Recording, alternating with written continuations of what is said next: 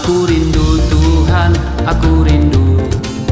Aku rindu semua orang tahu. Aku rindu Tuhan, aku rindu. Semua orang percaya padamu. Sebab hanya Engkau juru selamat, sebab hanya Engkau penebus dosa. Agar semua orang menjadi tahu hidup dalam damai sejahtera-Mu. Agar semua orang tidak binasa, dapat masuk kerajaan surga.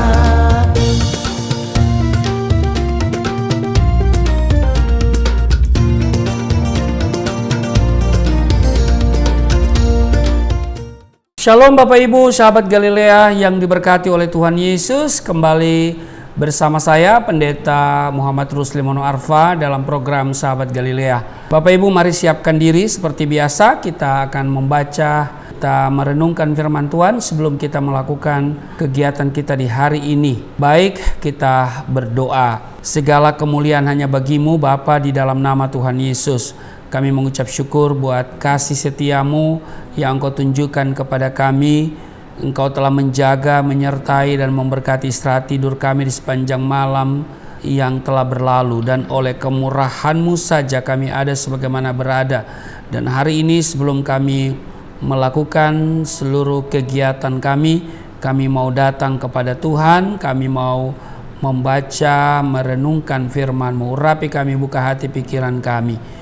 Di dalam nama Tuhan Yesus, haleluya, amin. Saudara, kita akan melihat satu ayat saja di Yohanes pasal 13 ayat 15. Ini Yesus membasuh kaki murid-muridnya. Kalau saudara baca di ayat 1 sampai dengan ayatnya yang ke 20. Nah, di ayat 15 dikatakan begini Bapak Ibu, di ayat 15. Sebab aku telah memberikan suatu teladan kepada kamu supaya kamu juga berbuat sama seperti yang telah kuperbuat kepadamu. Perhatikan Bapak Ibu bahwa ketaatan secara mutlak kepada kehendak Bapa di surga adalah prinsip yang menguasai seluruh kehidupan Tuhan Yesus saat menjalankan fungsi pelayanannya di bumi. Tidak sekalipun ia menentang apa yang menjadi kehendak Bapanya, seperti katanya di dalam Yohanes pasal 4:34, makananku ialah melakukan kehendak Dia yang mengutus aku dan menyelesaikan pekerjaannya. Oleh karena itu, Tuhan Yesus menghendaki saudara dan saya, kita semua selaku umatnya, senantiasa meneladani dan mau belajar tentang cara hidupnya. Bahkan kita harus hidup sebagaimana Kristus telah hidup. Jadi hidup sebagaimana Kristus telah hidup, ini adalah bagaimana cara Yesus hidup. Itu yang harus kita pelajari. Semasa berada di bumi, Tuhan Yesus tidak pernah berhenti yang namanya bekerja, melayani. Amin. Dan salah satu keteladanan yang ditunjukkan adalah dalam hal berdoa. Dalam hal apa? Berdoa. Nah, doa adalah kekuatan dan bagian terpenting dalam pelayanan Yesus. Itulah rahasia kehidupannya. Dia, Yesus, senantiasa menyediakan waktu untuk bercakap-cakap dan membangun persekutuan dengan Bapanya. Kalau kita lihat misalnya di Markus pasal 1 ayat 35, pagi-pagi benar waktu hari masih gelap, ia bangun dan pergi keluar, ia pergi ke tempat yang sunyi dan berdoa di sana. Jadi disebutkan juga bahwa sebelum Yesus memanggil ke-12 muridnya, kalau kita baca di dalam Lukas pasal 6 ayat 12, di sana dikatakan begini, pergilah Yesus ke bukit untuk berdoa dan semalam-malaman ia berdoa kepada Allah. Ya Bapak Ibu, bukanlah suatu kebetulan pula jika Tuhan Yesus sering melibatkan dan memberi kesempatan kepada murid-muridnya untuk menyaksikan bagaimana ia berdoa kepada Bapa, seperti saat di Taman Getsemani. Di Matius pasal 26 ayat 36 mencatat, "Duduklah di sini sementara aku pergi ke sana untuk berdoa." Yesus berkata kepada murid-muridnya, "Duduklah di sini sementara aku pergi ke sana untuk berdoa." Nah, murid-muridnya dapat melihat dengan mata kepala mereka sendiri bahwa Yesus begitu intim dengan Bapanya. Meskipun demikian, Tuhan Yesus tidak pernah memaksa murid-muridnya. Dia tetap terus berdoa sampai mereka sendiri tergerak minta diajarkan oleh Yesus Kristus bagaimana harus berdoa. Lalu pada saat yang tepat Tuhan Yesus mulai mengajar kepada mereka tentang prinsip-prinsip dasar doa. Itu kalau kita baca di Lukas, ya, di Injil Lukas pasalnya yang ke-11 mulai dari ayat 1 di sana Bapak Ibu baca, ya, hal berdoa. Ada suatu kali Yesus sedang berdoa di salah satu tempat. Ketika ia berhenti berdoa, berkatalah seorang dari murid-muridnya kepadanya, "Tuhan, ajarlah kami berdoa sama seperti yang diajarkan Yohanes kepada murid-muridnya."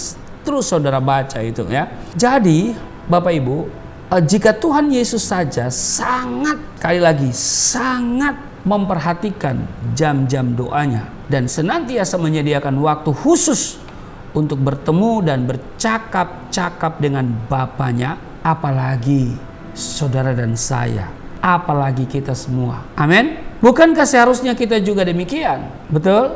Namun biasanya kita berdoa dengan all out begitu ketika kita punya masalah saja. Nah, itu kan orang kalau punya masalah dia berdoa dengan sungguh-sungguh. Doa, Bapak Ibu, saya mau katakan bahwa doa adalah nafas hidup kita. Selama kita berdoa berarti selama itu kita hidup. Kalau kita tidak berdoa berarti kita tidak hidup. Karena doa adalah nafas hidup orang percaya. Karena itu walaupun berat masalah yang engkau hadapi, penyakit yang engkau derita, jangan lupa bernafas. Ya kan? Artinya jangan lupa berdoa. Karena itu di dalam Kolose pasal 4 ayat 2 menekankan di sana bahwa bertekunlah dalam doa. Injil Lukas pasal 22 ayat 39 mencatat, "Lalu pergilah Yesus keluar kota dan sebagaimana biasa ia menuju Bukit Zaitun, murid-muridnya juga mengikuti dia." Tuhan Yesus Kristus telah memberikan suatu teladan kepada saudara dan saya tentang kehidupan doanya, di mana dia senantiasa menyediakan waktu untuk bercakap-cakap dengan Bapanya saat pagi masih gelap. Bagi Yesus Kristus, Bapa adalah segalanya. Keintiman dengan Bapa inilah yang kemudian menjadi kekuatan dalam pelayanan Tuhan Yesus. Alkitab tidak pernah mencatat bahwa Yesus merasa bosan atau jemu berdoa. Justru dia begitu teguh menjalankan waktu-waktu tetapnya berdua dengan Bapa dalam doa. Hal ini juga yang dilakukan oleh Daud. Seperti katanya di dalam Mazmur 57 ayat 9, "Bangunlah hai jiwaku, bangunlah hai gambus dan kecapi, aku mau membangunkan fajar." Daud mencari hadirat Tuhan terlebih dahulu sebelum memulai segala sesuatu. Itu sebabnya tayangan ini hadir lebih awal, yaitu jam 4.30 waktu Indonesia bagian Barat. Memang di sini kita masih gelap, ya. Tapi kalau sudah di Indonesia bagian tengah jam 5.30 udah terang. Apalagi di waktu Indonesia bagian timur jam 6.30. Ya kan? Tetapi Bapak Ibu, ya, saya mau katakan bahwa sebelum kita memulai segala sesuatu, mari kita datang kepada Tuhan. Kita berdoa kepada Tuhan. Demikian juga Daniel. Daniel memiliki tempat dan waktu khusus di mana ia secara teratur berdoa. Dalam Daniel pasal 6 ayat 11 dikatakan, "Dalam kamar atasnya ada tingkap-tingkap yang terbuka ke arah Yerusalem. 3 kali sehari ia berlutut, berdoa serta memuji Allahnya seperti yang biasa sekali lagi seperti yang biasa dilakukannya. Inilah kekuatan Daniel sehingga ia tetap hidup berkemenangan meski berada dalam situasi-situasi gawat. Contohnya di saat Raja Darius melarang seluruh rakyatnya menyembah apapun selain kepadanya, dan raja sudah memberikan ketetapan siapapun yang melanggar titah raja akan menanggung akibatnya. Namun Daniel, kita tahu, yang memiliki keberanian berkata tidak. Kehidupan Daniel menjadi kesaksian karena dia sangat dekat dengan Allah melalui jam-jam doanya. Bagaimana dengan saudara? Apakah saudara berdoa secara teratur dan dengan disiplin? Karena itu saya mau katakan, mari kita bangun. Amin. Berdoa teratur dan disiplin adalah kunci memiliki kehidupan berkemenangan. Amin. Tuhan Yesus memberkati. Mari kita berdoa. Terima kasih untuk hari ini. Kami diajarkan untuk seperti Tuhan Yesus yang selalu berdoa kepada Bapanya, dan dia selalu mengutamakan Bapanya, dan dia datang ketika waktu masih gelap untuk berdoa. Terima kasih Tuhan. Kiranya kami pun dapat meneladani cara hidup dari Yesus Kristus. Kiranya seluruh sahabat Galilea hari ini terpelihara dengan sempurna, diberkati dalam segala hal. Apapun yang mereka kerjakan, Tuhan buat berhasil di dalam nama Tuhan Yesus. Haleluya. Amin.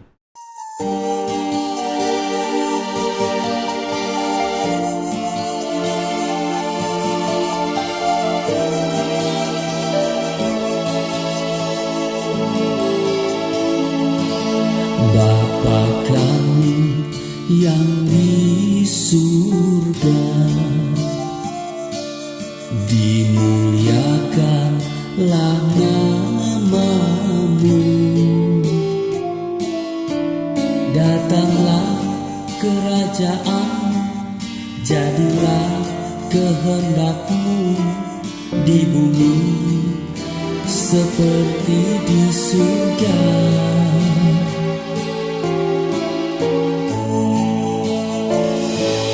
Berikanlah kepada